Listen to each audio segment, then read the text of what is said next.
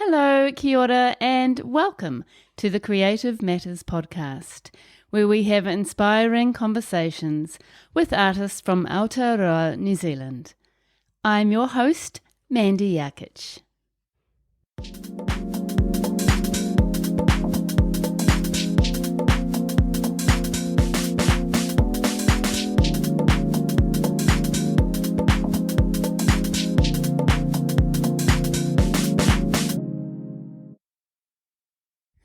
Good morning. I hope you're having a lovely day wherever you are. This episode I'm speaking with Raymond Sagapolutele. Raymond is an Aotearoa New Zealand-born Samoan artist and academic living in Manurewa in Auckland. His photographic practice focuses on his lived experiences, his heritage and his cultural ties to the history of and the lands within the Pacific. In his hands, the camera gains a voice and connects to the cherished Samoan tradition of storytelling. Raymond is an absolute natural orator and storyteller. This episode, which is pretty long but absolutely worth listening to, it's a wonderful account of not only his life as an artist and his art practice, but how he sees himself as a Samoan born in Aotearoa, the importance of aiga, family, ways he has honoured his parents and siblings through his art, and how he connects back to his land of Samoa. He speaks of the concept of the va and how that is represented in his work, and he unpacks a number of his photographic works and series in fascinating detail. I learnt so much from this talanoa, this conversation with Raymond today, and I really appreciate his honesty, insights and perspectives, as I'm sure you will too. Talofa, Raymond. Talofa, Mandy, how are you? Good, thank you. It's so nice to finally start recording. We've been talking for about an hour, and I feel like session's done. Yeah, and I feel like I wish I'd had the record button on for our conversation already. But no doubt we'll come back to some of the things that we talked about. So welcome to Manurewa, and thank you so much for being on the podcast. Oh, thank you for having me. It's lovely. Yeah. It's always fun to come out this way. I don't come out this way that often, but when I do, I know to fill up the car. Yeah, it's a long way. All the way from Manurewa to Murawai. So, yeah, it's great to be here. And finally, to have this sort of like talanoa around what I get up to as an artist. Yeah. And I'm a huge fan of what you've done so far. A lot of friends have been on this, so it's great to be here, man. Thanks. Thank you. Yeah, I feel like I know you quite well from the people that I have spoken to on the podcast, like Marcus and Tanya and Whaleata. Yep. And a few others who know you and hold you in very high regard, I might say. And so, yeah, also reading about you and learning about your work has been, I don't know, quite a privilege. I just feel like you are an amazing person who's doing amazing things. So I'm really looking forward to hearing all about it. Okay, that's it's hard. It's always hard to hear people sort of praise or give you props, as it were, for your work, and that's not what I do, or that's not a driver for me as an artist. It's always about the work, and part of that is also looking out for those who are with you on that journey. And as I mentioned before, being Samoan and being raised by my parents as the eldest son, it's something that was sort of drilled into me that I have a responsibility to those who come after me, and I put that into not just my work but also my practice as a person. Try to do the best that I can, and to hear like that sort of praise from those artists as well is quite humbling. I suppose I should give you a bit of background about please. About me. So my name is Raymond Sagapolutele. My upbringing, I was born in Aotearoa, so I'm an Aotearoa-born Sāmoan artist.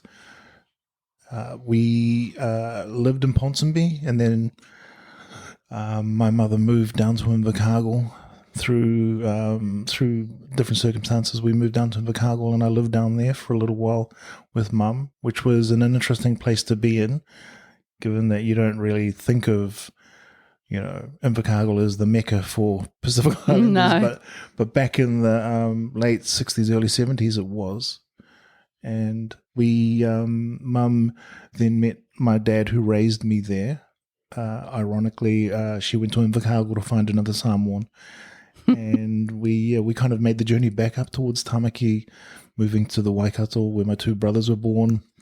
Then we moved up to Tamaki at the end of the 70s, and we lived in Aotearoa for a year, which was another great experience for me because I'd come from Invercargill, where there were Pacific Islanders, but not a lot. And then we moved to Hamilton, and there were a few more, but still not a lot. And then Aotearoa, I was like, oh, so many. Yeah. So many people who look like me. And then really from there, I've lived in Manurewa for ever since, and it's been a space that's nurtured my practice as an artist. I've made a lot of really good friends there. I'm the last of my family that still lives in Manurewa. And Manurewa features a lot in kind of the sort of nocturnal landscapes I do in my photography practice. And a lot of the things that I think I experienced growing up there have come back to play a part in the types of work that I'm creating now. So, educated through Clendon Park Primary, then on to Manurewa Intermediate, then to Manurewa High School. I really wanted to be an artist. I pushed it with my parents, but Samoan parents generally don't view art as a career. I think Faleata might have touched on this as well, and it's like you need to find a job or you need to go off to university and get a degree. And so I thought, okay, Dad's not going to let me become a graphic artist at AIT. That's what I really wanted to do. So I went off and went to Auckland University. 2 years doing the same year because I spent most of my time either in shadows, High Street, or in movies. And I realized this isn't going to work. And the university realized it wasn't going to work, and I got kicked out. Really? So, I didn't get kicked out. I just didn't have the right to return. So no more university for Raymond. I remember leaving university, and then when I was told you need to get a job, I'm living at home with Mum and Dad, I thought, okay, I'm going to get a job I like. So I was applying for jobs at True Tone and Sounds and trying to see if there were openings at Real Groovy, because I also at the time loved collecting music, mainly cassettes and CDs. But Dad was like, those aren't jobs, what are you doing? So I ended up applying for a job at Postbank. And that was my entry into the world of finance. I started as a teller. And then for the next 14 years, I worked in finance. Wow. I left banking as a mortgage consultant, and the whole time I did it, it was one of those situations where it was financially good, but creatively I was banging my head against the wall, and I was still sort of occupying myself with illustration because I was an illustrator. A lot of my work was influenced by comic books. And then there was, when I was in high school, I did my senior year, I was doing art classes. And I remembered the art teacher saying you need to find a artist to have as an inspiration for your work. And me being me, I watched everyone else pick, McCann, they were picking Degas and all of these amazing artists. And I picked this obscure Austrian painter by the name of Oskar Kokoschka. And I just loved the fact that his name sounded so rhymey. Yeah. And also I love the fact that he signed all of his work okay. and so he became my inspiration for my work. But he had quite a but his images were quite dark. And one of the works I loved was this gigantic slab of beef he painted that was in a market. And then there were these other works that he'd made, but I always remembered the detail of his brushstrokes and the way he painted hands. And I absolutely loved it. My art teacher was like, what are you doing? And I'm like, I'm being me. And that's sort of me in the art world. So it was just really that time working in finance helped me with, I guess, being able to set myself up. I met my wife in banking. She's the balance in our relationship. She brings the logic to my chaos, or order to chaos. And she's really been sort of like, without her help, I don't think I'd be able to do what I'm doing now. She's a very understanding partner in my art crimes. And she puts up with a lot in relation to when I go off into these spaces or when I go off to create. And I kind of sit there in this room thinking of things and sketching and drawing and trying to decide how I'm going to light stuff. And she's been a huge reason for me being able to do what I do, and an inspiration in relation to sort of balancing off some of my crazier ideas. Yeah, how amazing. Yeah. It's so good when you find a partner like that. I think I've got that with my husband a bit. We're quite different, but we're also the same, but a really good combo. I know. It's one of those things where when we first met, this is our relation. Sorry, Maria. We were and we still are opposites. So she was from East Auckland, I was from South Auckland. We were working in banking, and when I saw her, she was headbanging to Faith No More, ready to go on a party bus for something that we were doing at work, and I was putting on my headphones to listen to some hip-hop, and I'm like, weirdo, off to catch my bus back out south. And that was kind of our relationship, but a friendship grew from that. And then, over the years it blossomed, and we ended up becoming partners and married. And it's always been, it's good to have someone that can sort of like point out to you, are you sure this is a good idea? It's going to be great. I just don't have to catch fire and I'll be fine. Are you sure this is a good idea? That's so good that she's so supportive too of what you're doing. Yeah.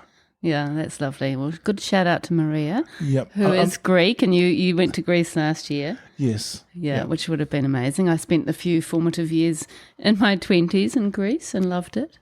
It's a really special place. I've been twice. The first time was like, whoa, what's happening here? Everywhere you look, there's history. And the Greeks have a sense about them that is just... It's hard to explain. That it's stoic, but at the same time not. It's like, you can talk about the world, and they're like, yes, we gave that to you. Yeah. We understand. We made that. We invented that idea. Yeah, that's so true. And they're very patriotic and very sort of we the Greeks, and that, which is amazing. Yeah, and with the other thing about Greeks that I really found amazing was the similarity in attitude towards family that, as a Polynesian or as a Samoan, resonated. So faith, love and family is massive.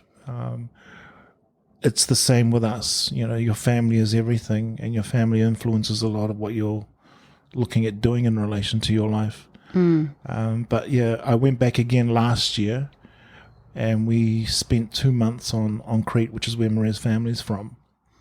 And it is one of those really amazing places because it's an island.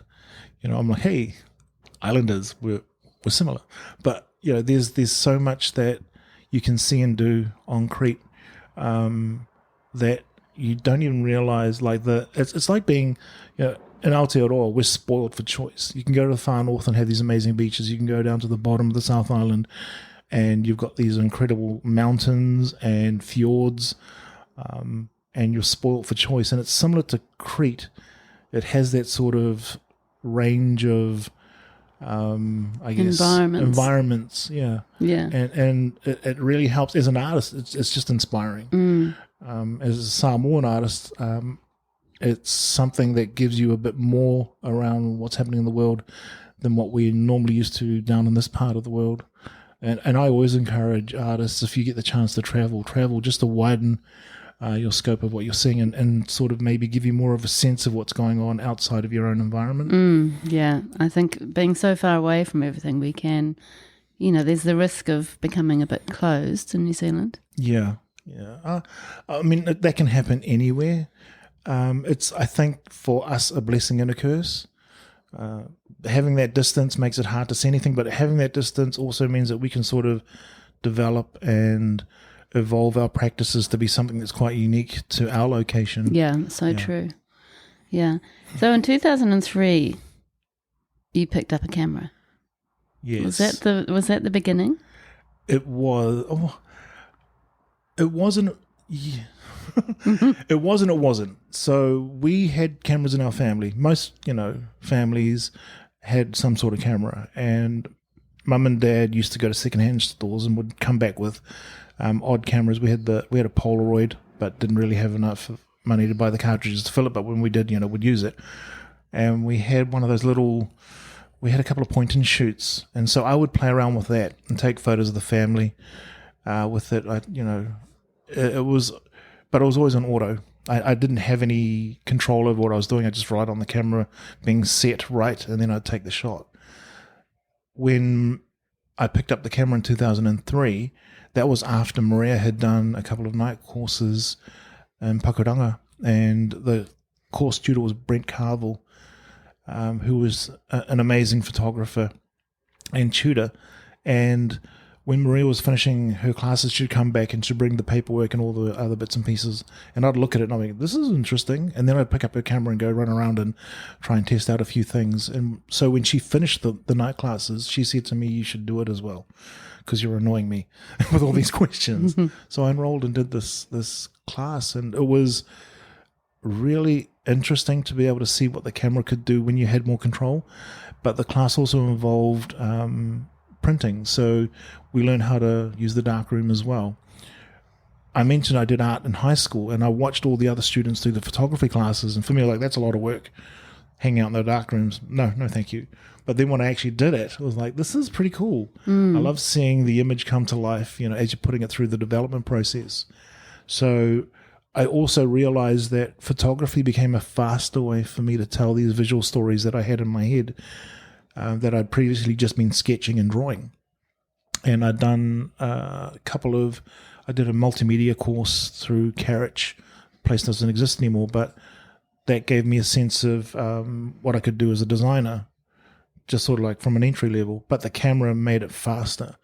And so from there, it was just a matter of playing around with the camera. And the advice I got from Brent, and it's the same advice I pass on to most of my students, is the best way to understand your camera is to shoot, is to go out there and photograph and take photos as often as you can.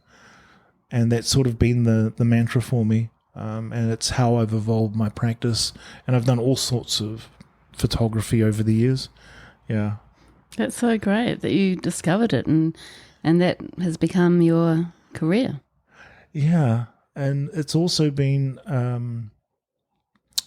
one of those, in doing it, it gave me another way of sort of earning. And that became a real big sort of bonus for me. So you were working full-time for a bit longer? Still working full-time, yep. And then when I picked up the camera and I was doing all of this sort of tutoring with it to learn what I was trying to get out of the camera. And we had quite it was a Nikon F60, which is an entry-level camera. Nothing flash. We had that plus the kit lens. And we took it with us to Aitutaki when we went on our wedding anniversary. And we met another photographer over there, this crazy Italian Gianluca, who had this thing where he worked in Rome. His parents owned a hotel in Rome, and he would work half a year and then go on these sort of like adventures with his camera. And most of his gear wasn't clothing; it was just this backpack full of cameras. And so we met him on Aitutaki, and he was really gracious in giving me time to understand the camera because I was still learning. And he, I look back at it now and I cringe because I'm like, he's got all of this amazing gear, and then I'm showing him my rinky-dinky little F60. I've got this tripod that I bought off of secondhand somewhere, and it was like when you had it extended out, if you leaned on it, it kind of wobbled. It was not a stable system. And like I showed this to Gianluca, and he looked at it and he didn't even bat an eyelid. He was like, okay, this is cool. You can try this and do that.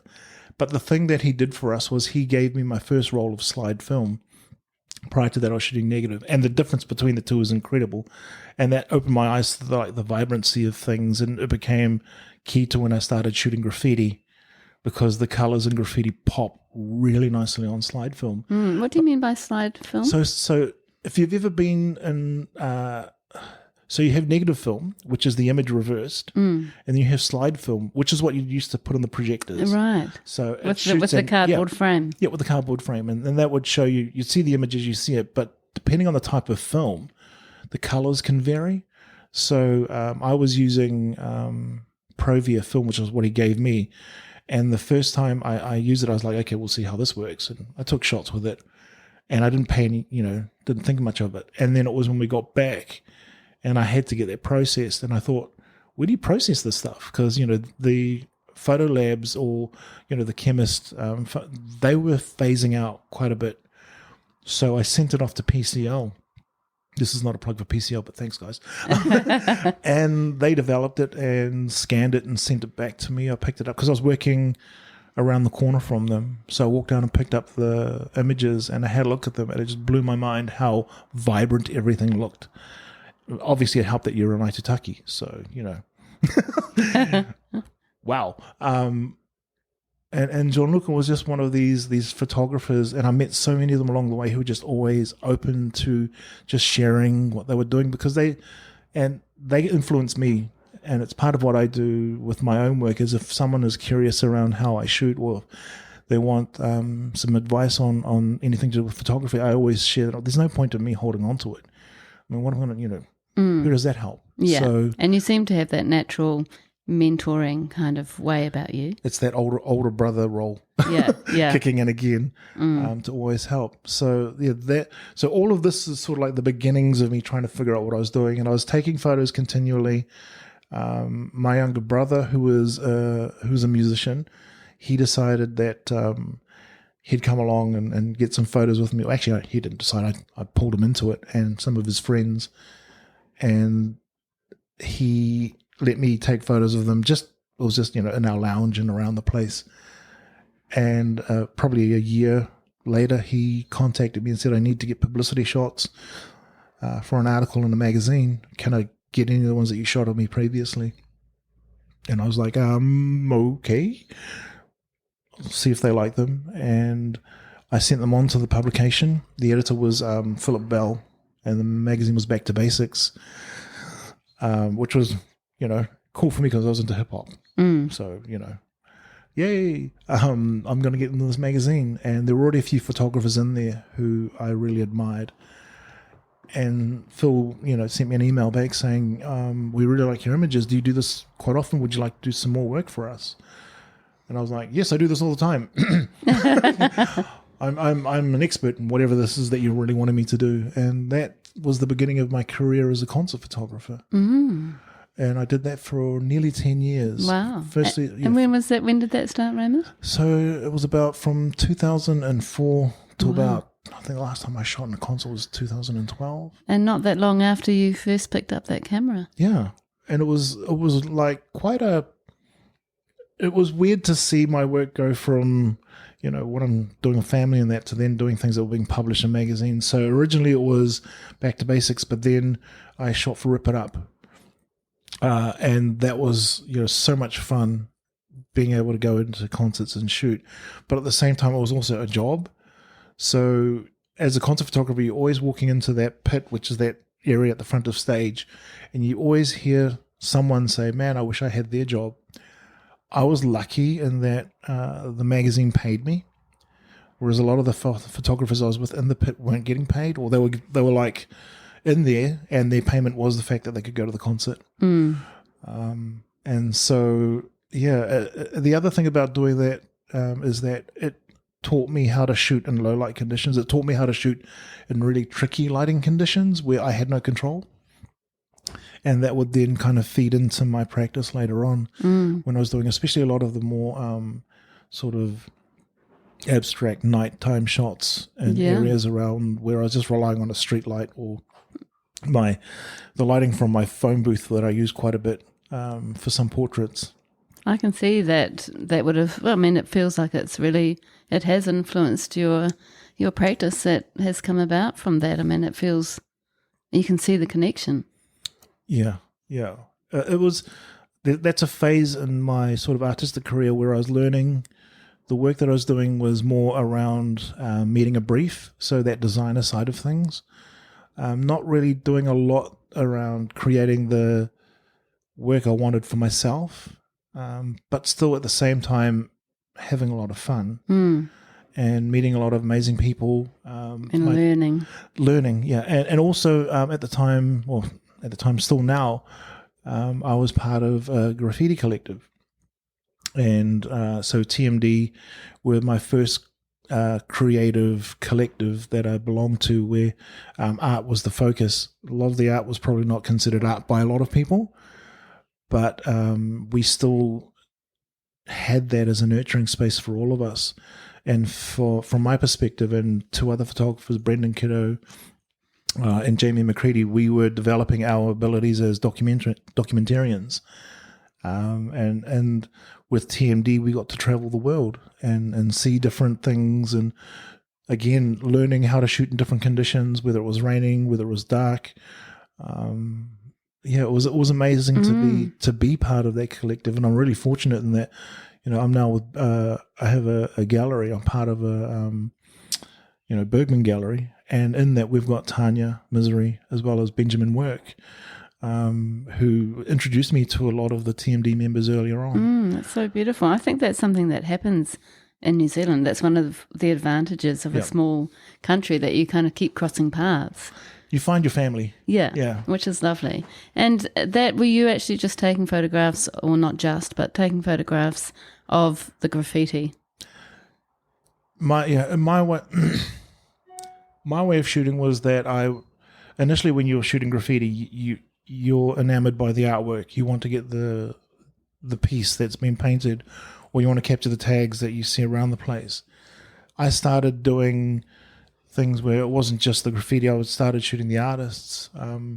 I had like a whole series of shoe photos where the artists are standing on ladders and you just got their foot with the background of the work slightly out of focus, as well as just different angles. And then it went from shooting the artist to the environment around the artist. And, being able to travel with them meant we got to take photos of what we were seeing as we were traveling as well. The first time I went, the only time actually, we went to Miami, and we were part of a huge project called Primary Flight, if I remember rightly. And it was a massive mural festival that was also around the same time as Art Basel. So there were all these artists from all over the world, Rod English and a few others who you see in books. You've seen like maybe their works on walls in a gallery, but now you're actually running into them as you're wandering around, this crazy city. And it was, for me, the first time I realized that being from Aotearoa was something unique and to be appreciated, because so many people were like blown away by the fact that TMD had gone over to Miami, and it wasn't just one or two of us, there were like 15 of us over there. And we had a friend who just made the comment, if all of you guys are here, who's left in New Zealand? But it was nice to have that and to be recognized as the Kiwis, or who are all just going through that space. And a lot of the artists from our crew have gone off to establish themselves in their own careers. Yeah. And how did that get funded at that time? We applied to Creative New Zealand. Didn't get any funding. So we thought, let's just try it ourselves. And we put on an exhibition, the Miami Dream exhibition. At the time, Elliot O'Donnell, Askew, and a few other artists had studios on Cook Street, that massive complex on Cook Street. So they did some wrangling, and we got one of the huge sort of like warehouse spaces, and each artist created these massive pieces. They were 1200 by 1200 millimeter, and there were 4 of them, these panels, and we put on an exhibition with those up for sale.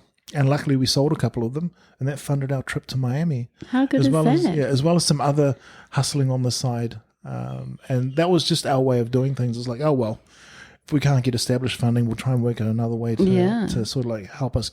It's not going to stop us. I love that. And it seems like such a strong collective. Oh, yeah. And like the Miami Dream show was actually, it was amazing because we had our work, these gigantic panels. So it's 2400 by 2400. And I think there were like 12 of them, 12 sets. And then we had the Auckland Youth Orchestra.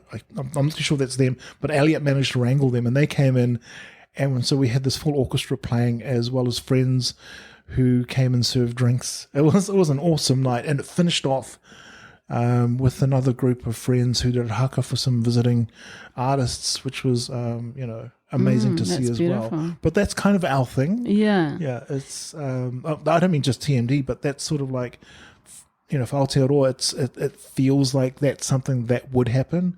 It's like we're not just going to do one thing; we're going to do a whole lot of random things, but it will all work in combination. Which is so cool, and that has given you really great connections overseas that you still use in your practice today. Well, the Miami gave me experience with overseas, the Miami shows, and then through my own work as I developed it. So it was around about 2010. Actually, the images I shot of our dogs for that show, the style that I used for that became the style I would use later for a lot of my portraiture. And I think it was at that point I started thinking more around, well, what am I trying to say with my work? It was that step from going from representation and briefs, where you're given instructions on what someone wants from the work, that design sort of aspect, to what do I want to say in my work now, and how do I do that with a camera? And I came up with an idea for shooting my mum and my sister. And I've talked about this extensively, that I got to a point where I thought this work could actually be something more than just this is what I see. And I wanted to create work about what I was thinking and what I was feeling. And one of the things that came up was documenting my mum. So mum being mum was always a part of our lives. Our father passed away young. So we had mum and dad's relationship was similar to what my wife and I have. Dad was order, mum was chaos. She was very artistic. She was a dancer as well, in the Samoan sense of dancing, traditionally. And she had taught my sister how to do Siva Samoa as well. But she also had this thing about, you have a sense of style from your elders. Well, my mum's style was heavily influenced by her kids. And being Samoan sons, we left home later on in life. And as each of us left, mum would be a bit upset because, her sons are going. She won't have them around the house. And we're all like, we'll be there. But sometimes we'd leave and, leave clothes behind that we wouldn't take with us. And it wouldn't be unusual to come across mum wandering around in one of our T-shirts or, But the thing that always got me was my younger brother. So this is the one that got me into the concert photography. So he was part of a group called the Decepticons. And Mark, or Manurewa, toured quite a bit when he was, earlier on. And he'd always have lanyards and bits and pieces from all the gigs he'd done. I'd shot a few big day out concerts with him there as well. And he had a whole lot of these hip-hop influenced T-shirts and beanies and all the rest. And it wouldn't, again, I'd come home and visit mum, and she'd be sitting there in like a Biggie Smalls beanie with a Wu-Tang T-shirt on and a couple of Mark's lanyards, just because, she'd miss him. That's adorable. Yeah, and I'm like, I've got to photograph this. Oh, yeah. But I was thinking, this is going to be a way to represent mum. And then when I organised the shoot with her, and we shot it at Elliot's studio in Onehunga, I wanted to get photos of her dancing, and I had an idea around how I wanted to do this. And so I organised this with mum, and she said, okay, cool, sounds fine. And I was hoping she'd have one of Mark's outfits on.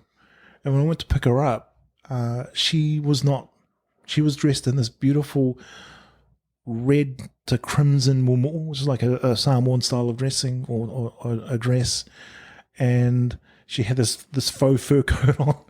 And I'm like, okay, no, I guess, this is what mum wants.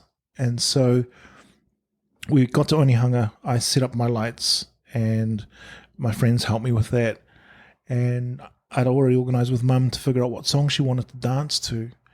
See, the thing with my mum's Samoan Siva is we knew that she'd always practiced it. We'd been told that in Samoa, she was like one of the key dancers there.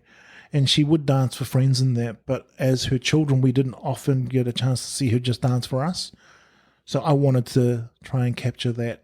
And I'm so glad she did not wear what I wanted her to wear. She brought her own sense of style.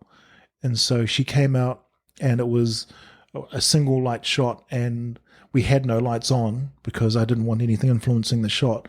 So we had to rely on this like flash head to fire to get to see what she was doing.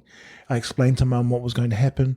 Benjamin was the Aiuli, the partner to her, but he was out of shot on the side holding the CD player and playing her song. And we hit play on the song, and then I stood off in a distance and I just fired away. And I think I got about 300 frames. And it was just one take where we played the song, she danced. Ben was doing his chi-huing from the side to support her. And as soon as the song stopped, I said to Mum, that's it, we've got it. And she was like, okay. And just went from dancer to back to being Mum. And she went on to get her cup of tea and have her biscuits that Elliot and them had for her. And I'm standing in the dark, and I'd watched this and shot this, and I was crying because I never knew, I didn't realize how powerful that could be. Like, the idea originally was to do something that just represented Mum, but I got something more when I shot her, and that kind of had me thinking as I put the images together. I did the same with my sister. My sister at the time was part of Paris Goebel's royal family. And I asked her to come along, and, I'll do the same thing with you. And the shots I got of her, I always say to people, she looked slightly grumpy, but it's because she was. Because when she turned up, she'd just come from practice. She was like, I'm sweaty, I'm stinky, what are we doing? I said, just play your music and I'll get you to dance. And so she did. And it was the same sort of thing, seeing our young teenage sister and the power she holds in that space. And then the comparison between her and Mum, and it's the same power. And it's like, there's something more to what I'm seeing here through the lens and what I'm capturing in the image. And I guess, a lot of people take for granted what photography can do. And it sort of comes back to hit you about how important some of these images are later on. So 3 months after we did that work with Mum, she passed away. And that was the last time we saw her dance. Oh, I'm so sorry. Yeah, it's like I've gotten better at it now. Normally I bawl. I'm talking about You're allowed to bawl on this podcast. Yeah, because I'm grief is a weird thing. Sometimes you think you're fully over something, and then you'll get a reminder, and you're just like you're back in that missing phase. That's so sad, isn't it? But it's so incredible that you captured that before she died. So we have those images of Mum. I've gifted them to her siblings, my aunties and uncles.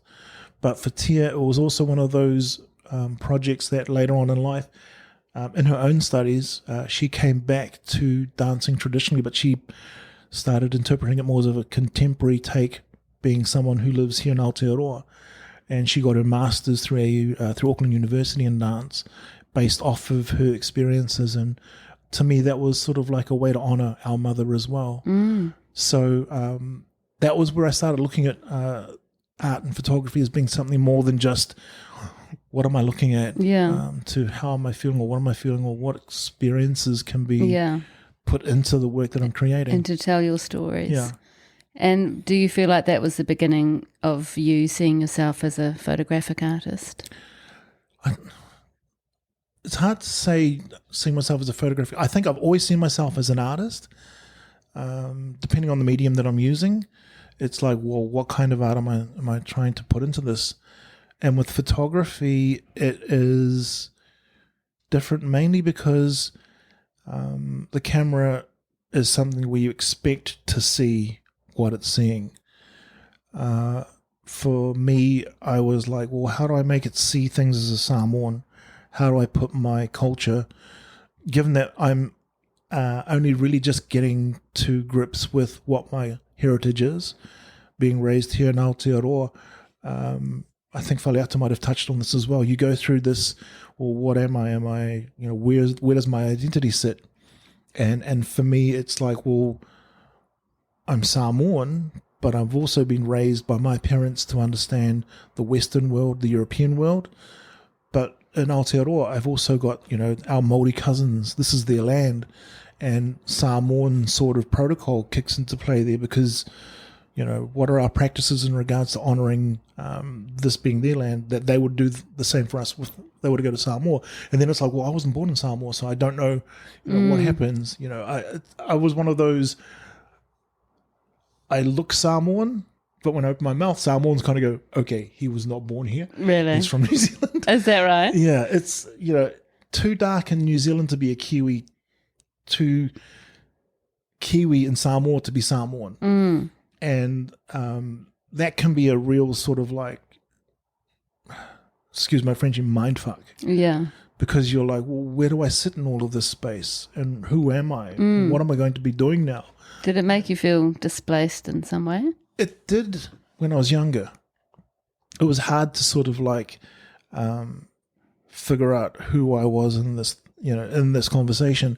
And when I got tattooed, probably when I was in my early 20s, I got a traditional armband done. When I say traditional armband, I mean it was, I was guard with an owl, which means the tapping. And that was done by Suluape's son in Otara. So Suluape is like one of the legends in Samoan tatau practice. He established it here in Aotearoa. And back then you could go to his place in Otara, and I think I paid $25 to get it done. And like that's, inflation and all the rest of it. And that's not a price you'll find most. Yeah, No. Like, we don't do that anymore. And that Sorry, would have taken a long time, I imagine. It was just an armband. It wasn't if I wasn't going to get the full Samoan bit, I was just getting an armband done, which was really trendy back in the 90s. I'm using the word trendy because we did, and my brother and my cousin had already had theirs done previously, and they were going back to get a second one, and they asked me if I wanted to come along, and I'm like, yeah, okay, I'm not doing anything, sure. And we hadn't even told our dad we were getting tattoos. It's like you think this is a big thing. Your father's going to go, what the? But we went along, and it was while I was there, and my brother and my cousin got theirs done, and then it was my turn.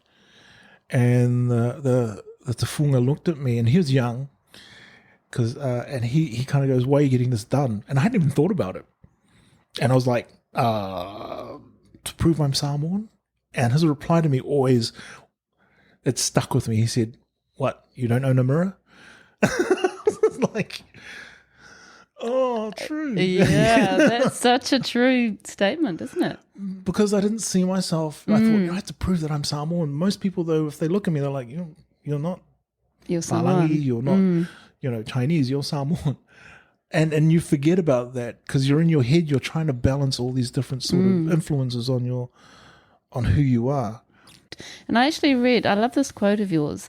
I have the love and spirit that bound me to my parents, but I'm developing as a new type of Samoan, a one-time generation that bridges what was with what will become. Yep. What did you mean by that? It's one of those conversations that I have with my cousins and friends who are of a certain generation, primarily those born to the migrants that came through. We all like, we're the first generation to have to deal with this conflict around who we are and, balance these different identities. And as we've gotten older, we've realized actually that's a lie. It was our parents. They left their homelands to come here and they had to learn. We were born into what we have here, but we're also that generation that still has that connection back through our parents. We can find out from them directly around questions we have, around protocol or identity, some of those questions. Whereas for us, those of us that are born here, we're not the same Samoans as our parents. We're different. We've evolved ways of thinking that won't be the same as our parents, and we've challenged them on things. Sometimes I've done it when I was younger, and you realize, we're not going to. There's not going to be another generation like us, and it's becoming even more poignant for us as our parents are passing on. Yeah, and in our family, we're the first family to lose both parents, and we're now relying on aunties and uncles to get a sense of who they were, And as those stories sort of come through, you realize there's so much they never told us, and there's so much that we never really got to know about them. And it's heartbreaking not to be able to say thank you, because you realize the sacrifices they made to ensure that, we have the privilege. We have the privilege of being here, and being able to do what we do. I mean, I'm a photographer, academic and artist. Well, photographer and artist, got the same thing. But, it's something I wouldn't have gotten if I was born up in Samoa. Maybe, but not as easily as it has. Listen to me. Not saying that the journey was easy, but it's something that we'll never see again. And I think it's super important for my generation, just in my opinion here, that we keep that link going for the next generation. So you mentioned those of us that are raised or born and raised here will evolve and change as well. We've now got families that were born and raised here that have moved over to Australia, and the kids that are born over there are another completely. It's another thing again. It's happening again, and the one sort of thing that's coming through for us is making sure that that next generation remembers who their grandparents were, and gets a sense of who and what they were like. And I think that's where the importance of our generation kicks in, because we knew them while they lived. They only know them as a memory. So if we can sort of like bind that together so that they have a sense of who their grandparents were, they might have more of a sense of who they are. That's right. Yeah. And your practice, that seems to be a lot of what it's about. Is that how you see it? Yeah, it's sort of like, it's how I see it, but it's how it's come to be. And a lot of sort of like, hand wringing and banging my head on walls trying to figure out what I was up to kind of got me to that space. But with the artistic journey, I think it was meeting people like Andy Lesuel, and then having an uncle like my Uncle Johnny Penisula down in Invercargill, who was an artist, and he had I think he was one of the first Samoans to exhibit when he was part of the Southland Art Society back in the early 70s. And he's from that generation with Fatu Fiu'u, and even before then there was Te Wani Tibo, whose work I only just recently discovered, and her work is amazing.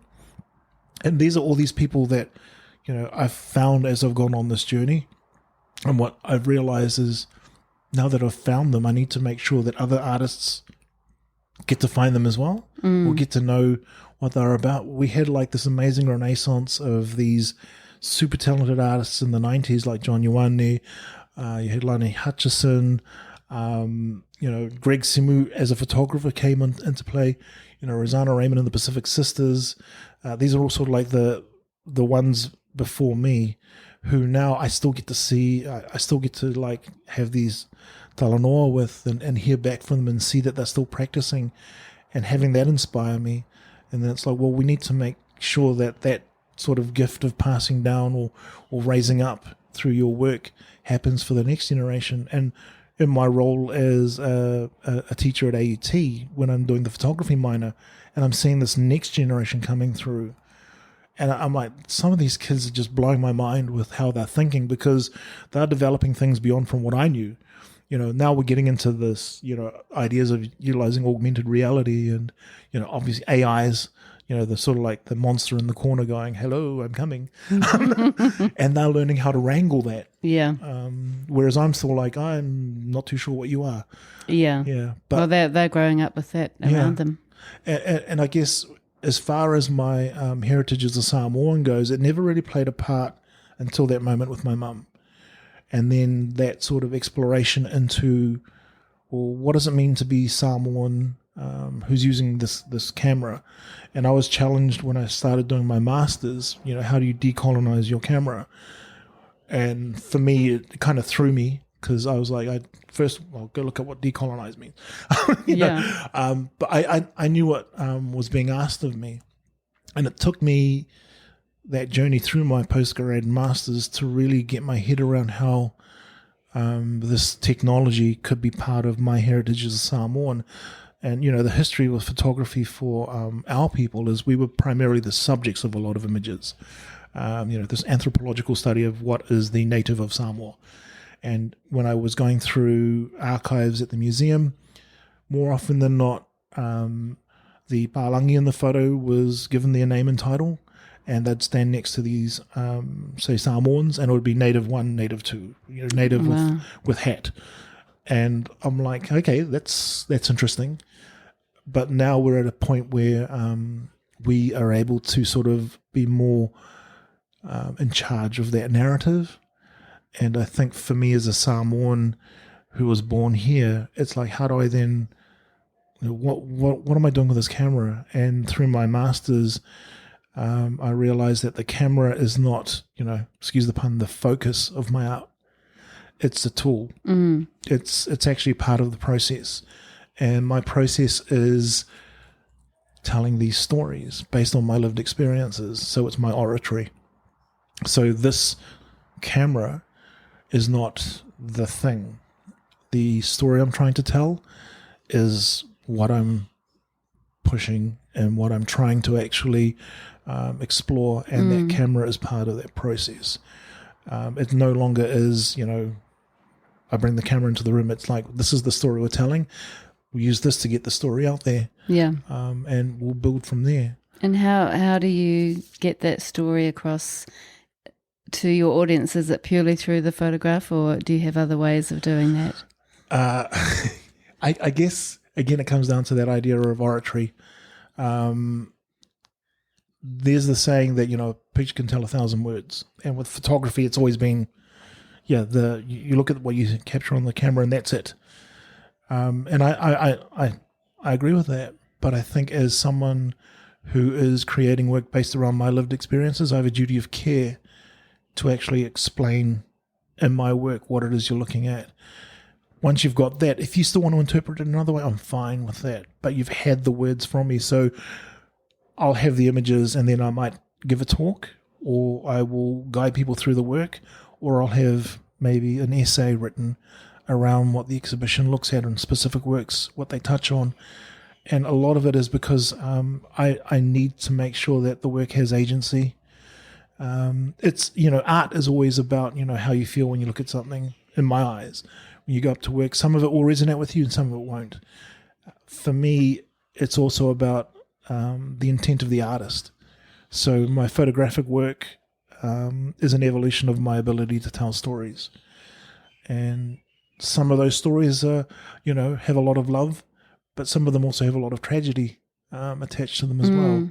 And that was something that doing my university studies opened up for me, because prior to that, I still had a lot of that sort of representational take on what photography could be, and that design aesthetic is, okay, I've got a brief, I'm going to make this, I'm going to do it this way, I'm going to hit these marks.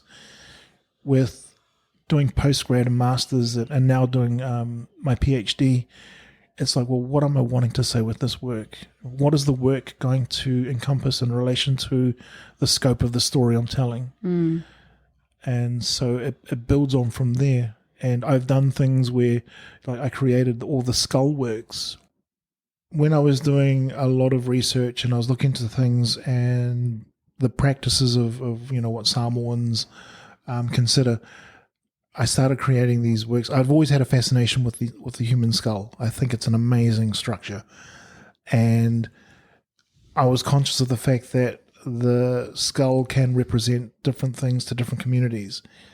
And in my research and readings, I'd come across an old practice within Samoan culture called Leotafanga. I'm not 100% on that phrasing, but it's the practice where you disinter bodies and you reuse the grave site. So in Samoa, it's not uncommon to have family graves on the land you live on. And I'd heard about it when I was younger. And I know that, I don't know if it still practices much, and I know that they still do it in Tonga. But the idea is that you would dig up the bones of your family members and you'd clean them and then oil them and wrap them in clean siapo or tapa cloth and then store them. So having the bones of your ancestors around you was not uncommon or was not considered odd. And so when I looked at these skulls, I also looked at them as being these things that contain memories and knowledge. And so the skull to me is not this idea of something morbid It's not about horror. It's a reminder of your ancestry. And for Samoans, and for me, it kind of went into that idea of, the three phases of time: past, present, future. And the skull represents the past. And it's a reminder of your ancestry. It's also a reminder of who you are and what you will become. And in my work, when I apply that there, it's not there to say, oh, you're going to die. It's more to say, this is where knowledge is kept. This is a reminder of what you will become. But this is also a reminder to not be afraid of looking into the past and seeing what lessons are held there. And I created all of these works over time based on that. And I picked up my paintbrushes again and I started painting the skulls to represent different things. And I did a commission for the Auckland Photography Festival. And I had 2 works in there that were painted skulls. And they were also my political statements, because at the time I was aware of what was happening in West Papua. So I created these 2 skulls. One represented the Indonesian flag, and then another one was painted to look like the West Papuan flag, which is outlawed. And I'd wrapped, or not wrapped it, hung a ula, a red ula that I was given when we were doing a project with Andy Lesuau, which was a commemoration of the Black Saturday in Samoa, which was where we lost our independence leaders through the actions of the New Zealand police force. In a long story short, I thought I will honour the struggle of the Indonesians with the symbol of the struggle that Samoans went through. And I really liked how that work came out. So I started making more of these sort of painted skulls with a message. Not all of them hyper-political, but just ways for me to explore another way of creating and then photographing these works and then applying these digital methods of changing the photo to make it look more painterly. So it was sort of like a way to sort of like, what can photography do beyond just be representational? And with these painted skulls, the next one I created was actually just as we were going into lockdown, and the rest of them came during the lockdown period. And I made this this blue skull, and I'd painted it in the patterns of my mum's lava, and I'd given it these blue tears, and it had a red say, or this flower on the side of it, which Samoans wear. And the particular flower that it had was one that all of the women in our family wore at my mum's funeral. And the one that I had on that skull was my wife's say. And then the lava patterns I'd painted on, I'd replace the stamen for the hibiscus, and I'd put little COVID viruses. Oh, wow. A lot of people don't see it until you point it out. Yeah. And they're like, oh, okay. And, we'd talked about things marking time. That was me marking time with that work. And also with the blue tears from the skull, it was around, Mum was always conscious of what was going on with oceans. And it was sort of like, at the time, I'd just started working with Track Zero, who are a climate change trust in Wellington, and they work with artists to sort of like look at how climate change is discussed through visual arts. And I was teaching students how to use their cameras to be able to tell their stories of what they saw of the climate and how they felt with that knowledge around, things happening with climate change. So I worked that into that with those blue tears being the tears of the ocean. And I really love that work. And people say, well, are the skulls the artwork or is it the image? And I said, that's the image. The painted skulls are just the painted skulls that I keep at home. Yeah, that's really interesting. I was going to ask you that. It's almost like you've got a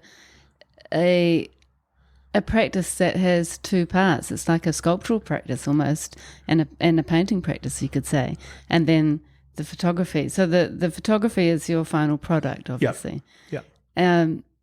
Do you see the work you do kind of combining these sculptural elements as a really important part of your process? I don't know if it's an important part or it's just part of the process. It's me exploring other ways of utilizing, this visual oratory that is my photography practice. Telling a story. Yeah. And those sort of practices have led to other collaborations. I made these, well, I didn't make them. I worked with a glass artist, Georgia Argius, who's from Palmerston North. She's an amazing glass sculptor. And we got talking. And artists being artists, she'd come down to an exhibition that TMD had down at the Douse. And she saw my work that I had in there. And, you know, for artists, it's like, you know what, I can't afford your prices, but would you consider a swap? And her and I were talking, and I really loved her work. And so we did this swap. And she made me a glass tanoa. So the tanoa is the carver bowl. She made me a glass version of that as a swap for these two images. I had created a diptych of our sleepy dog waking up, which she absolutely loved. And I was like, okay, cool. Brilliant. And did she make a skull for you out of glass? Well, got to talking, and I asked, have you ever sculpted a skull? And she hadn't considered it. So we got into the process of, well, how would we do this? And she works with a group of amazing glass artists, and they helped her with the idea. And we basically molded 3 glass skulls. And when I got the skulls back, I was just like blown away by what they were, because they weren't your shiny, polished, you know, crystal-looking skulls. We'd worked around the idea of how we introduce color to this glass to make it look different. And as sculptural works, when you look at them, they have a certain sort of feel to them. But what I loved was if you introduce light through them, they completely change. And there's a sort of ethereal sense of them being the other that comes from this work. And, you know, I can't praise George enough for her skill in being able to relay what I was thinking about to create these 3 works. And I photographed them, and I love the photos, but I love my skull more. I love the glass works more. Really? And it's just one of those things, because I was making these glass sculptural works based off of vodka bottles, because there's a brand of vodka. Yeah, I've seen that. And I went looking for the bottles. I'm not a big drinker, so I'm not going to buy one and try and polish it off. So I went on to Trade Me, and I found a couple. And then my sister, who lives up in Waipu, she had a large one that they had, and she gave that to me as well. But I was using water and food coloring to create these patterns within the skull, and then editing it in Photoshop to like push this sort of translucency of the ink or the food coloring into the water. And because it's such a because water, you know, that fluidity that you get from having that liquid, and the combination of my lights and that, it created some amazing works. But these images that I was creating, they were temporary, because I couldn't maintain, like, once the ink hits the water, I have to shoot. I have to try and get it as it starts mixing. Otherwise, it just becomes a blur. There. And I'd never have it again. So what I shot was caught at that point of time, and it will only ever exist at that point of time. I love that. Yeah. With the glass skulls, I can keep them in, and like I can change it by putting different lights through them. And one of them is on show at the moment at Nathan Homestead, and it has a ring light behind it, which gives it a completely different feel.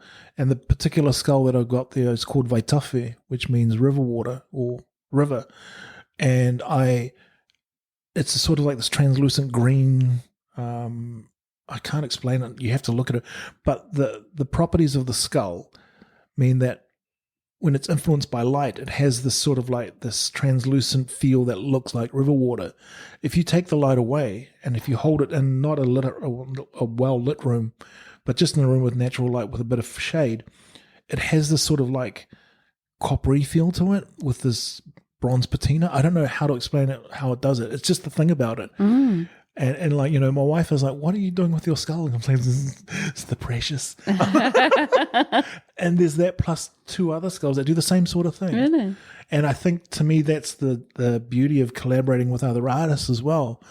Because, George has taken the ideas that I've had, interpreted it her way, given it back to me, and it's a combination of both our skills. And it's lovely. It's just like... one of those things where I didn't expect this outcome. And it's just been a real bonus on that journey. Yeah, how beautiful.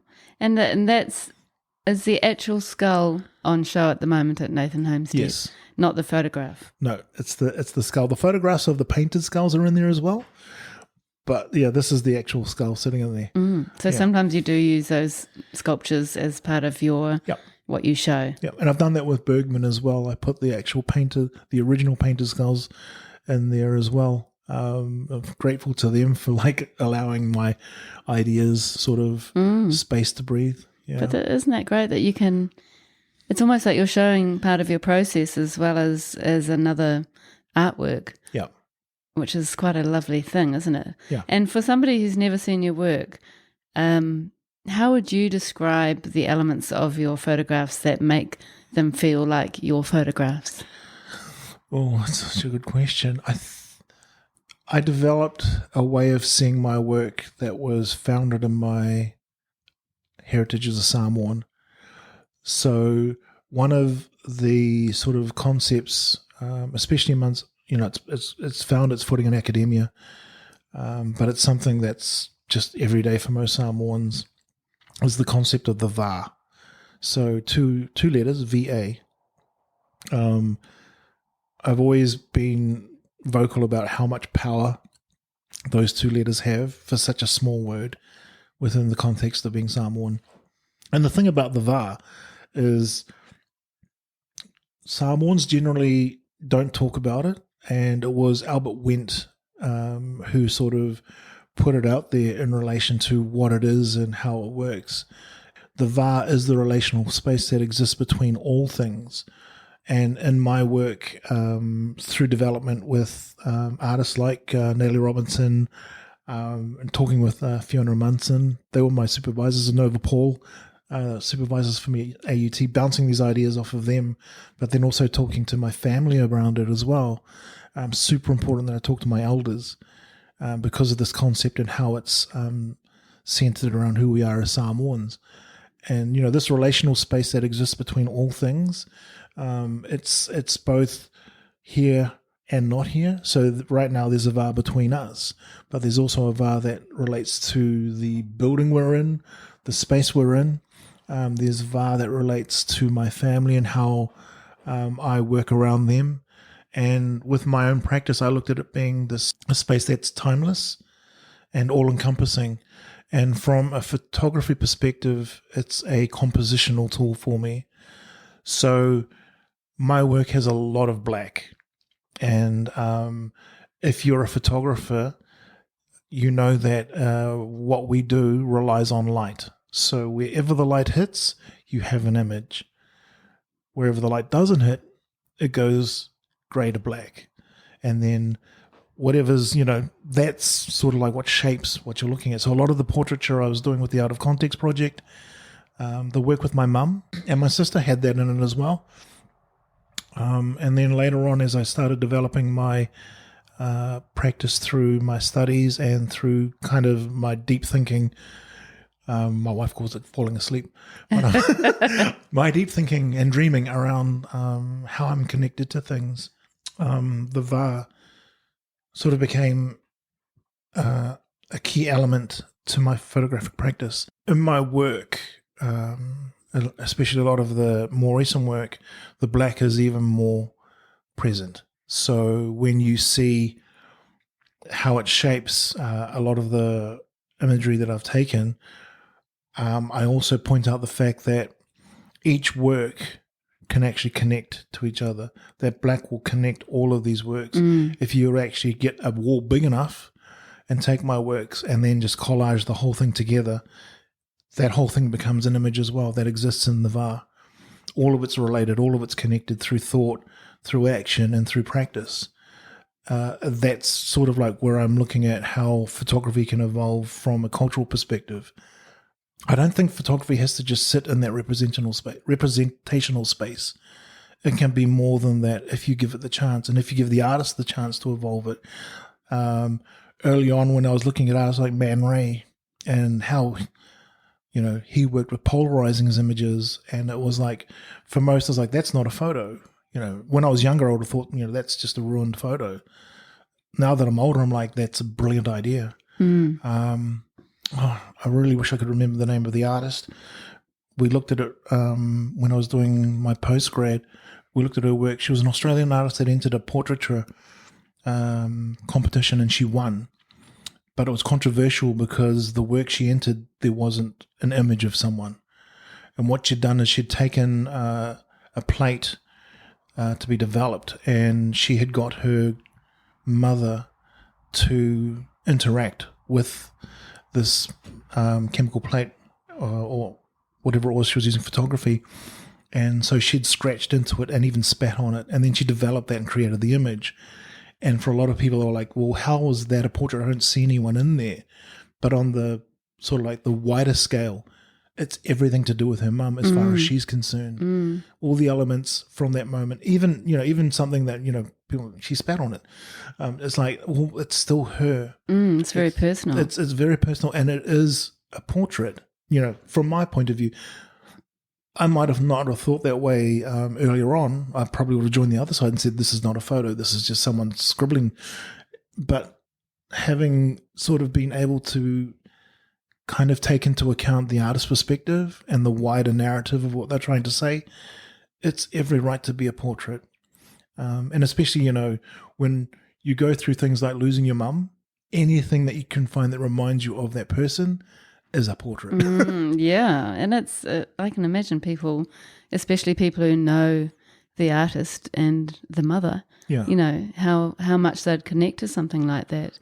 And it's interesting, isn't it, in competitions and awards and that kind of thing, it's quite often that you can't actually submit a photograph, which I find really unusual. Obviously, there are festivals, photography festivals, which are just photography, but sometimes in the more general visual art awards, photography isn't able to be submitted. I've been lucky in that regard. I mean, I submitted to the Wallace Art Awards. Can we say that? Yes. And I made what was it? The Salon de Refuse? The not quite finalists, but still good enough to we'll display the work. And then the next time I submitted, I made the finalists. But a lot of that work was very much contextual and based around narratives close to what I love as a Samoan. And I also had work that I entered in the Contemporary Art Awards at Waikato Museum, and that made the finals there as well. So I think it's like photography can be entered, but it's really on how you want to place that work. Yeah, and how you present your photography. Yep. And I guess they're not looking for a picture of the Sky Tower, for example. Or maybe they are. Or maybe they are. But, maybe just pushing the boundaries of photography. Yeah. When I made my work that I submitted as part of my final portfolio, or my master's work, that was work that had been in development over the duration of my postgrad and master's studies, and that work was titled Fatuvalu. And it was an 8-panel piece, and the name Fatuvalu comes from my mum's village in Samoa, in Savai'i, and the name means 8 hearts. So I'd made these 8 panels, and the legend of the name of the village is based around a guardian spirit, which was an octopus, and in each of its tentacles it had a heart. And I don't know what the full story was. My uncle couldn't tell me because it was lost to time, more or less. Once the church got involved, a lot of those sorts of stories faded, but we still had a sense of what that was. And so I made this work as a way of paying respect to my parents, but also honoured my heritage as a Samoan. And as I've mentioned before, my work is tied to my lived experiences. So this 8-panel work, each panel represented a different moment in my life. And the first panel was my birth, and then the second panel was a way to honour my mum and her strength to be who she was, to move us to Invercargill, to get out of a bad relationship. Then there was one that honoured my father and his passing.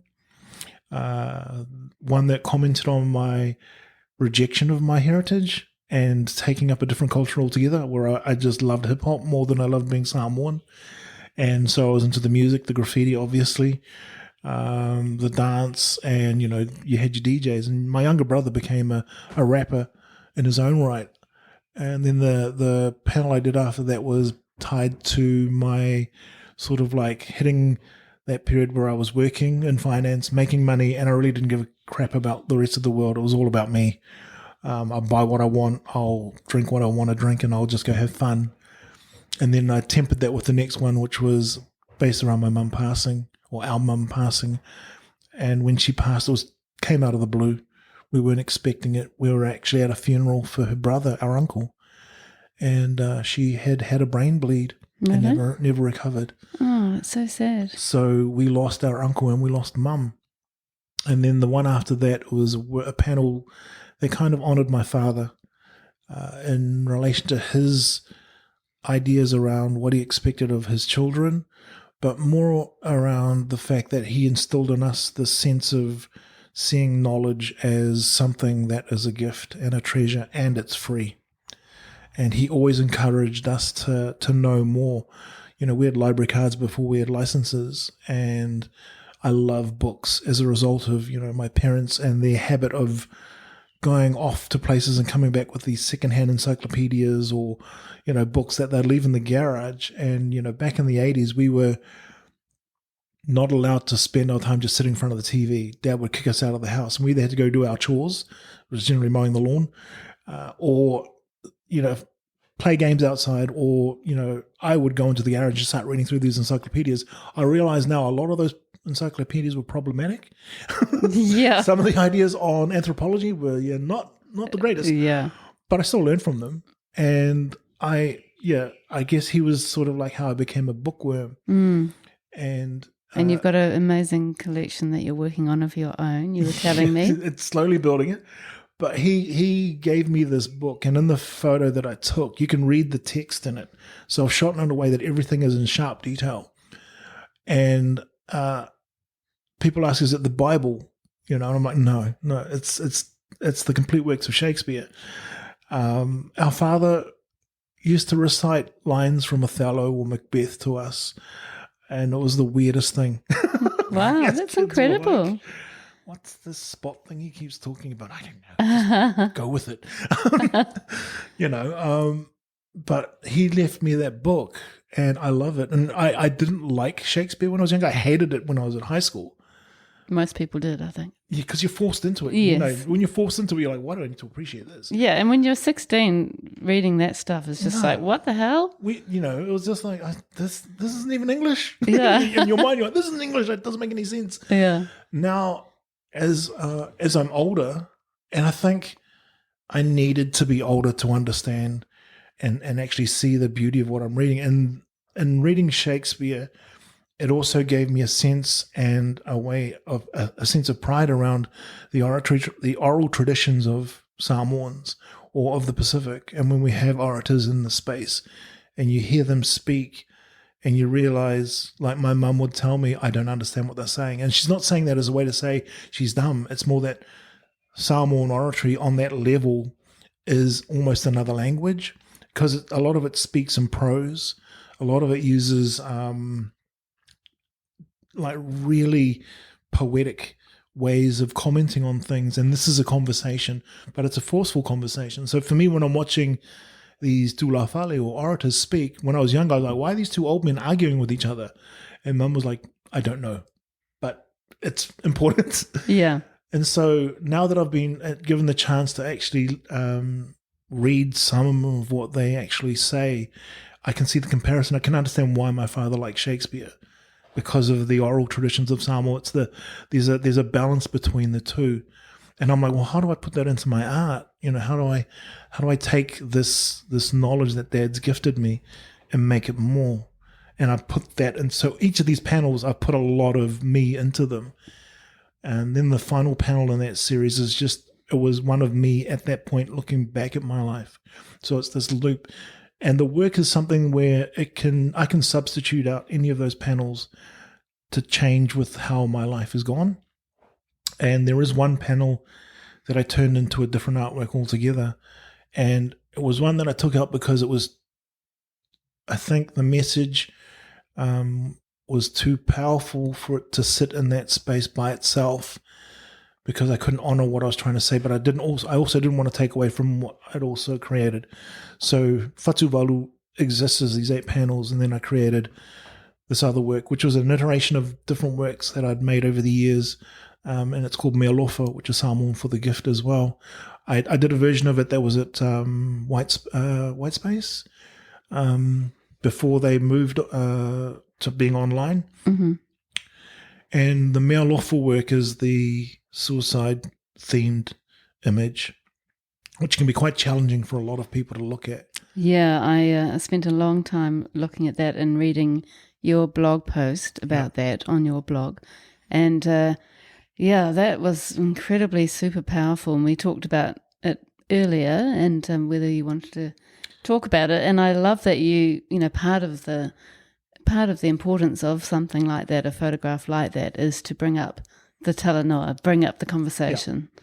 So where did that all come from? In being quite introspective around what I wanted to say in my work and looking back at my life to draw on experiences to create these works, I tapped into a memory that I'd not forgotten, but I'd kind of put at the back of my mind to just kind of sit in the background. I mentioned knowledge before to you, and the fact that my father, or our father, had reminded us continually that knowledge is a gift.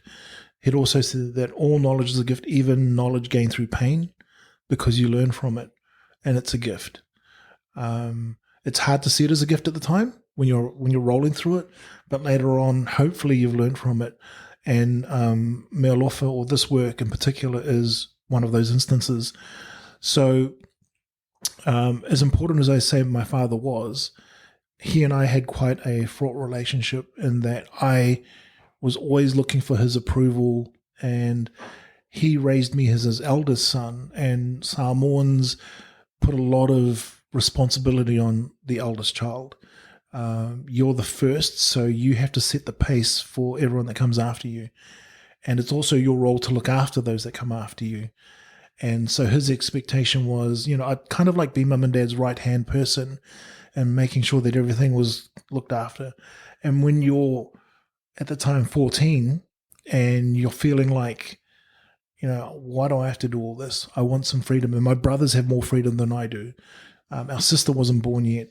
So, and that would have put a different layer completely into that relationship. But dad's expectation was you need to always be the best. So I was really fortunate growing up in that, I was a bit, I was quite smart. Not ego check. No, I did well in school. Yeah. Being Samoan in our family meant being not stoic, but just, doing your role. Mm. And dad really didn't have that time to be that person. And I wanted that, because I felt like, that's how you show love. And it would be a sort of this thing where I'd do well, and I never felt like he acknowledged it. And it was quite, I look back at it now and I'm like, man, what an idiot. And I was just getting frustrated and angry. And I'm a 14-year-old, you're going through puberty, hormones are all over the place, you're moody. And we'd had this, what I thought was a massive falling out over something dumb. And I ended up sitting in the garage, which is, where the books were and stuff. And I just couldn't pull myself out of this funk. And I, for some weird reason, decided, you know what? I don't need to be around anymore. Screw this. I've had enough. And so I made this noose out of this cable that I found. And I decided someone else can handle this. I'm over it. And, as a 14-year-old, my view of the world was quite narrow. I had no idea around what the rest of the world was doing, or even what my father was doing. And it was just centered around, how I was feeling, and I was feeling like crap. So I decided I would kill myself. And I made this noose, and I threw the noose through the rafter in the garage. And just as it came down, or as I pulled it through, my little brother walked in. And any idea about continuing with what I was doing just flew out the window, and that older brother mode that I'd been programmed into kicked in, and all thoughts of what I was about to do went out. And my brother asked me what I was up to. He was only 7, so he had no understanding of what it was. And I just said to him, I'm putting another cable up in the garage so that, we can dry the washing. And he was like, oh. And then he said to me, oh, I can't find my ball. Can you help me find it? And I was like, yeah, when I've done this, I'll come and help you find your ball. And that's the closest I ever got to doing that. And even though at the time I stopped, it didn't mean that all the issues I had with my dad were resolved, but they never got to the point where I was in that space again. And I kind of put it to the back of my mind and never really thought about it again until it came to this work and creating these pieces. But also with time comes a chance to reflect on different aspects of my life. And when I was making the work, I realized by looking back and having these conversations with elders in our family, my mum's brothers, other members of our family, I got a better idea of what mum and dad were doing at the time. So they were trying to raise a family. They were trying to pay for the house. They were trying to cover off our school costs, as well as send money back to Samoa because they were helping families back in Samoa. They were also helping the church because the church was a big part of our family.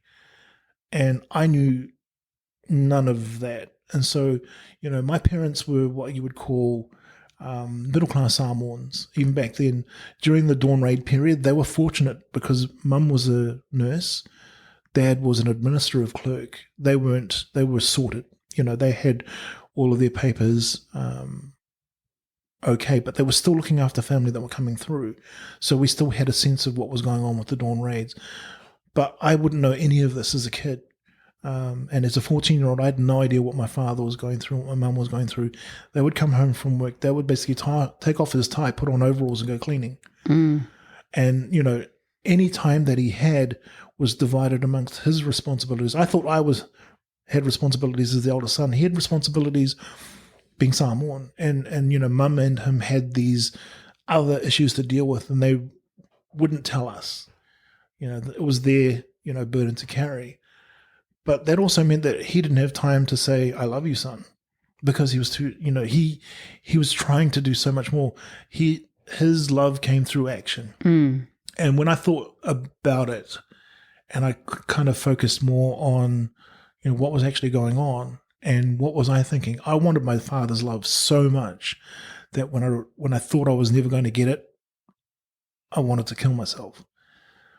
But when I needed my father's love the most, it turned up. It was my little brother. That love that my father had for my mum and that created our family was my brother. Mm. So when I needed my dad the most, when I was about to make one of the biggest mistakes I could ever do, his love turned up, and it was my brother looking for his ball. Yeah.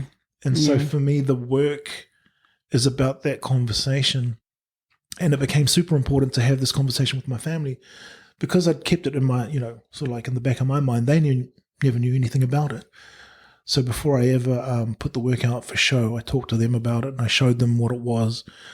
And my brothers were upset. I bet. And my sister was upset.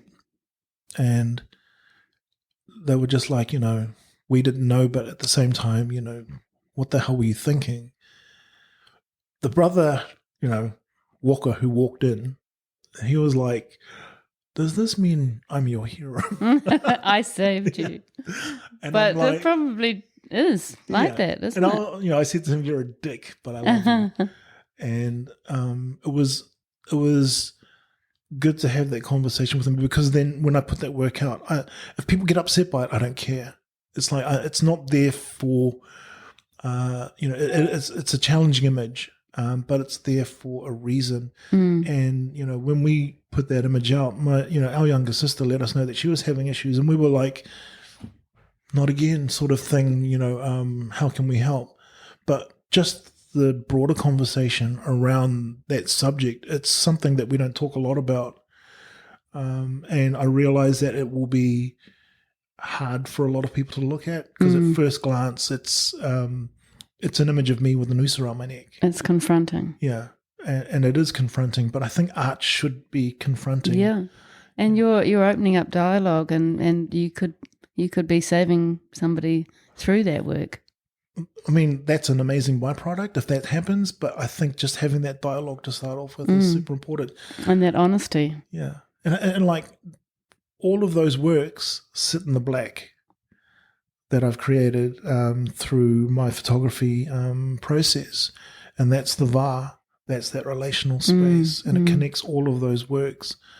And that's just me trying to look at how Samoan ideas can actually be grounded in my artwork.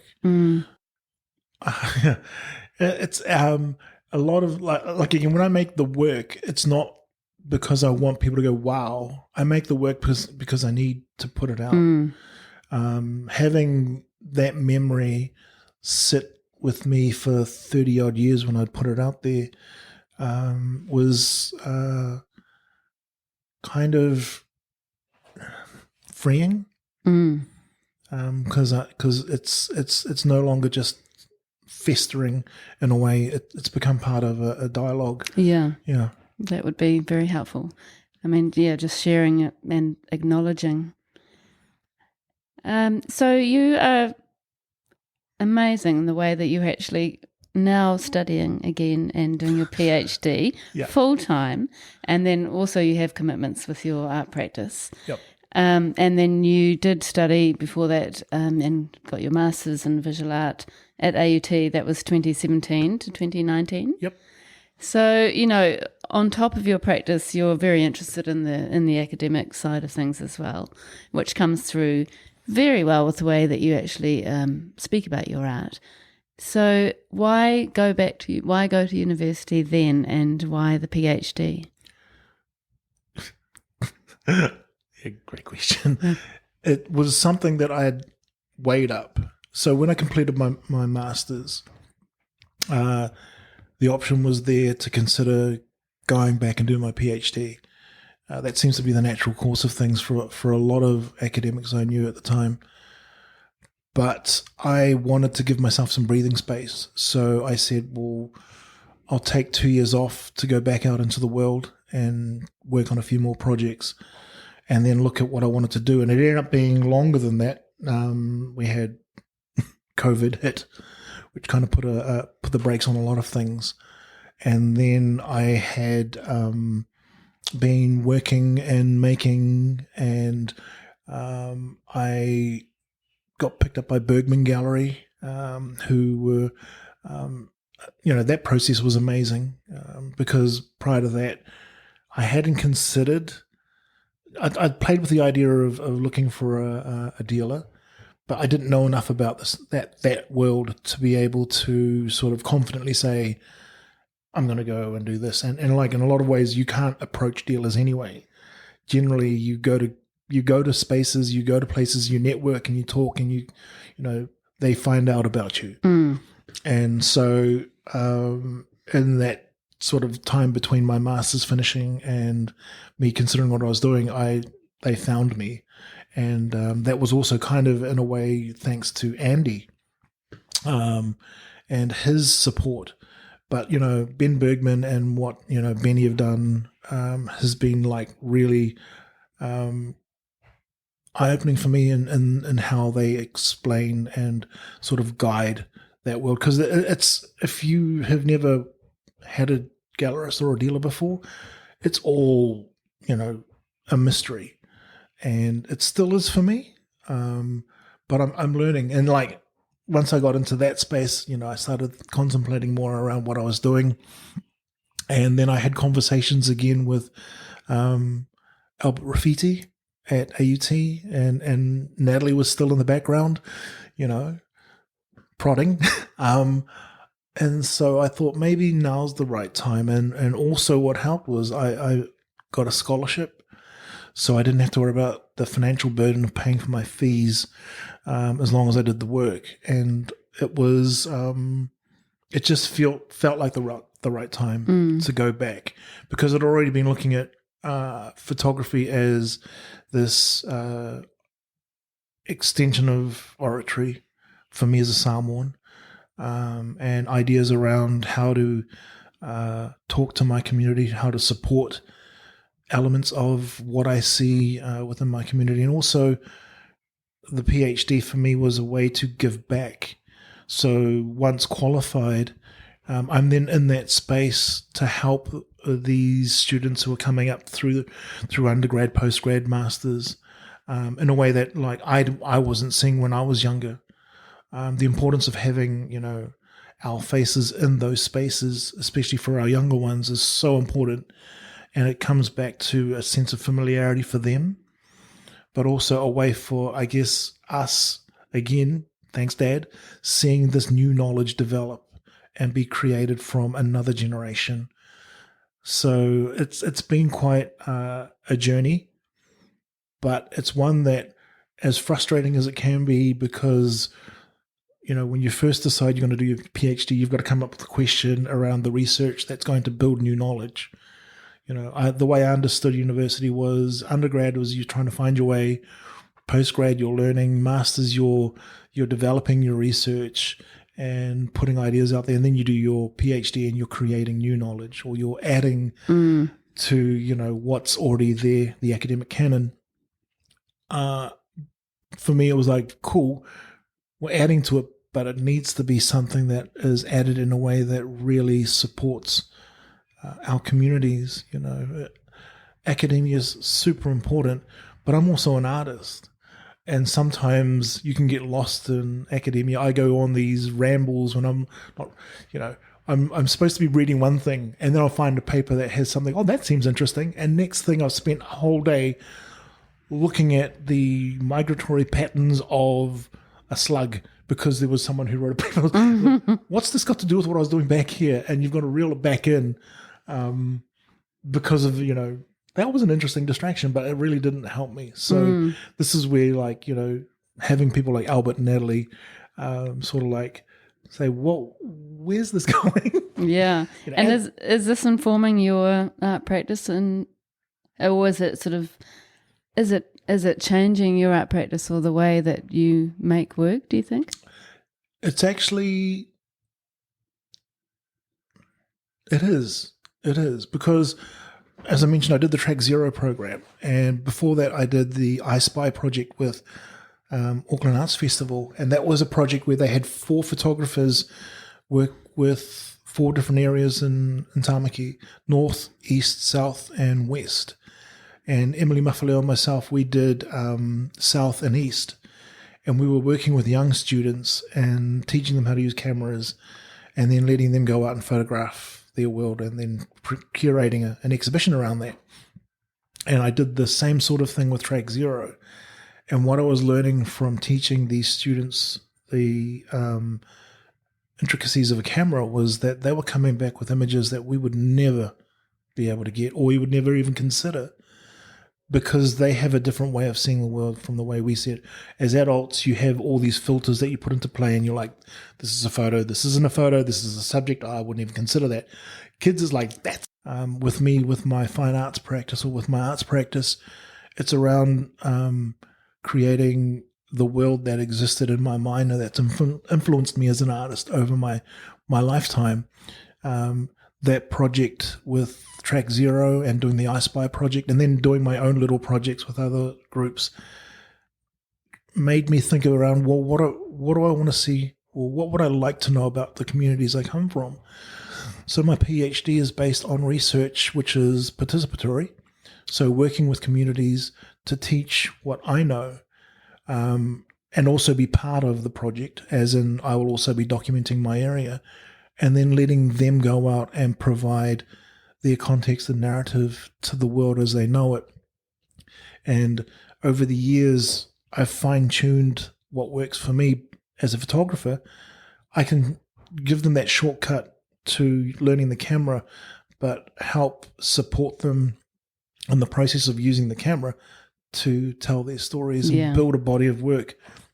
So the two communities I'm working with in South Auckland, mainly because those are areas I'm familiar with. But the contrast between the generation I come from, who live in Manurewa, who understand Manurewa as our community, who understand Manurewa as, Rewa Hard, 267, all that side of things. And then with a younger kainga ora-based group from Māngere East, who's really only trying to just establish who they are as a community. And through the work, get to see how they see themselves.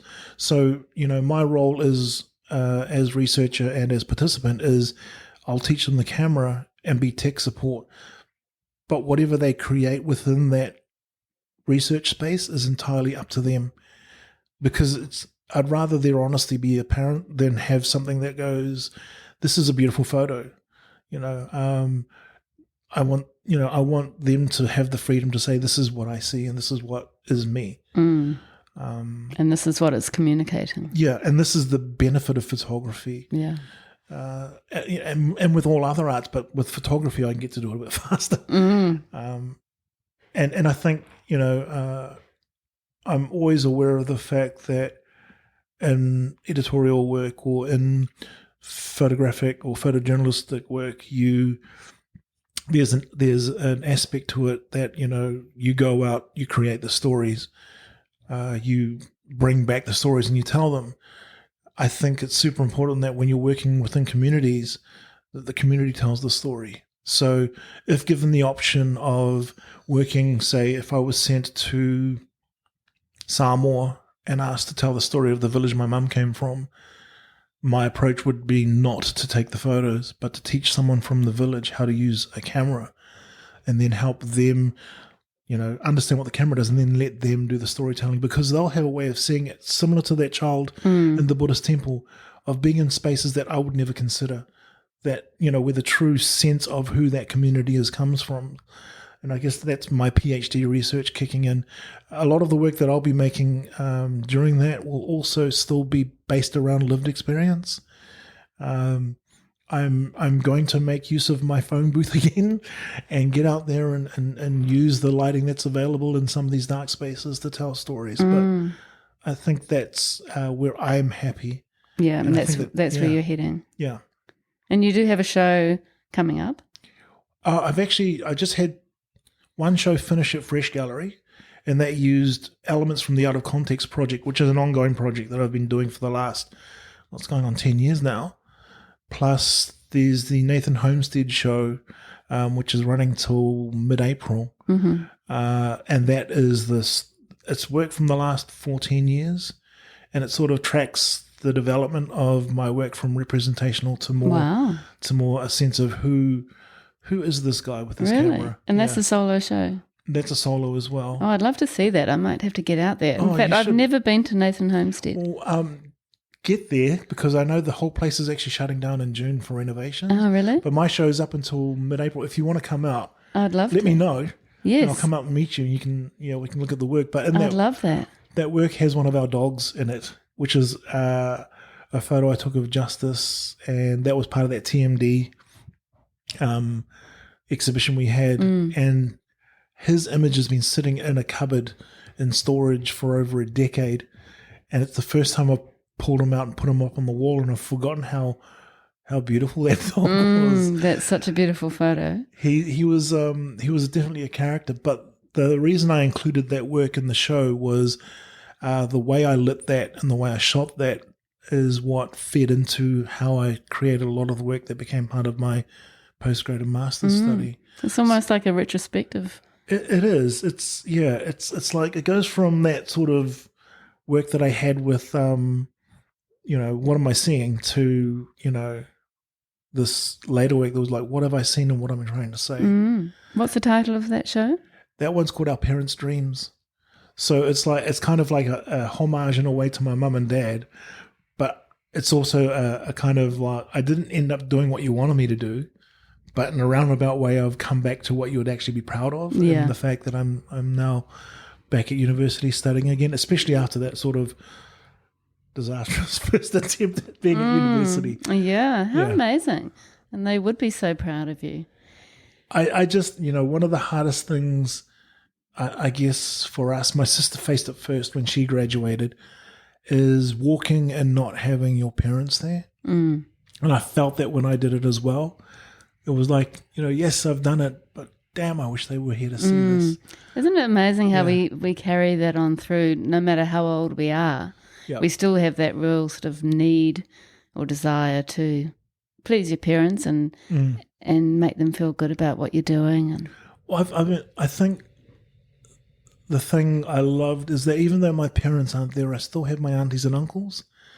And in a sense, obviously not physically, but they are there. Yeah. And my aunties and my uncles are super proud of what all of us have done through our generation and how we've evolved what we want to do into being things that have been ways of honoring them for most of us. And I see that in my sister, my brothers.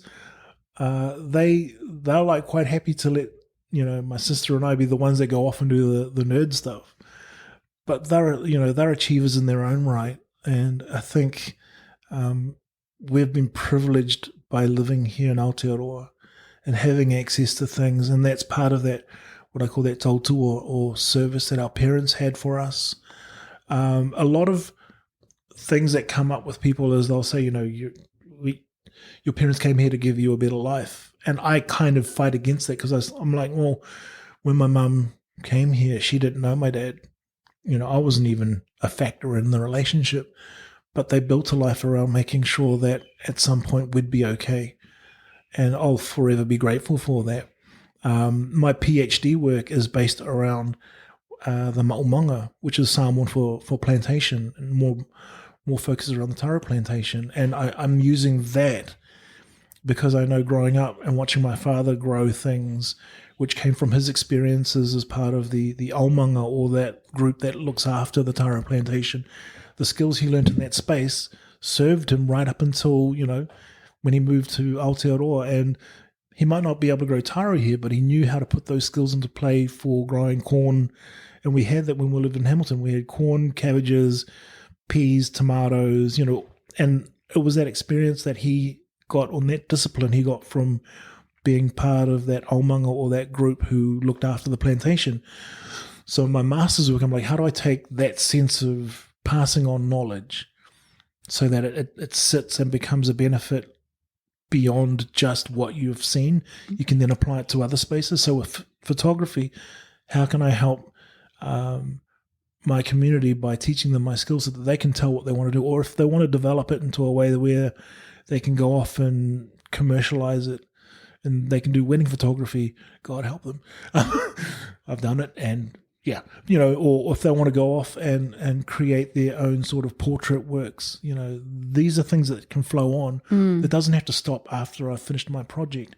And, even when the project finishes, I'll still keep in touch. I keep in touch with a lot of the artists I've worked with over the years, because that's how I grow as well, is seeing how they're going, supporting what they're doing, and making sure that, all the privileges I've had are passed on. It's lovely for you to be able to see where they take the work that you did with them and to kind of keep in touch. And there's nothing better than bringing an experience to young people, especially, I think, and knowing that you could be changing their direction. That's not always the goal. But if that's a byproduct, then it's awesome. That's a good thing, yeah. The goal is always to at least pass on the knowledge, and then hopefully something grows from it. But it's always good when it does happen. And I've seen a few of the, and I'm not saying it's because of me, I'm saying it's because of their own drive. They've been able to actually, where they've taken it, channel it into their own practices. And I think great. It's just paying back people like Andy, and people like my Uncle Johnny, and people like Fatu, and Albert and Natalie, and all these people who have sort of like given up moments in their own lives to ensure that I'm able to do what I'm able to do, and then I pass that privilege on to the next generation. Yeah. So, Raymond, it's time for the questions. No worries. What would you say to your younger artistic self? It sounds simple, but it's not actually that simple. I think I would say don't worry too much and just keep doing what you're doing, and it will all pay off in the end. Yeah. What would you say is one of the biggest challenges being an artist? It is trying to come up with ways of keeping yourself occupied without being distracted, and also the financial side of thing is always part. It's part and parcel, because art is not always going to be the thing that is financially rewarding. But if that's why you're getting into it, it's probably not the right space for you anyway. I think it's just a matter of remaining inspired. And I would say for those who do a lot of what what I tend to do when it comes to deep diving into your own personal life, it's keeping yourself safe and talking to others, because it can be quite harrowing and it can leave a mark, and there's a reason sometimes we put those memories in the back. So sharing what you're doing with other artists, especially in that space, is super helpful. That's so true. And you did speak a little bit about artists who've inspired you, but do you have a little list for us of artists who inform your work in some way or who you just love? I think primarily artists like my uncle, Johnny Penisula, who was a sculptor but an amazing painter. Andy Leisiwell, again.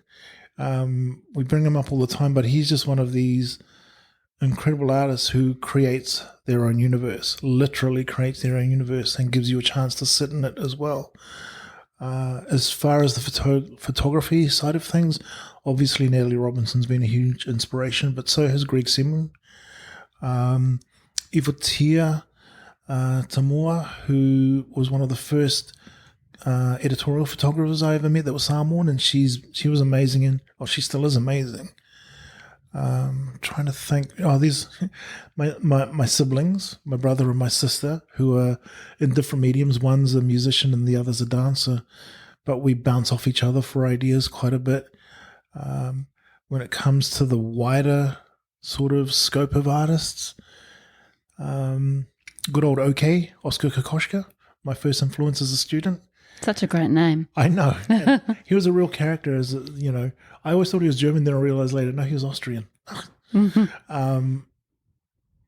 I guess that's what I can rattle off the top of my head. Oh, actually, August Sander, who was a amazing German photographer who tried to document all manner of people that were part of Germany during the 20s through to the 40s.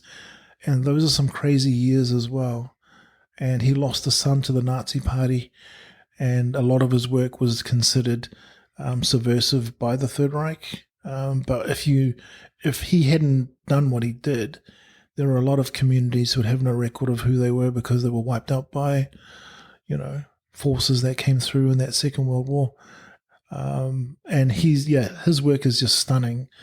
And I think when it came to my portraiture, he definitely played a part in what I wanted to say. Yeah.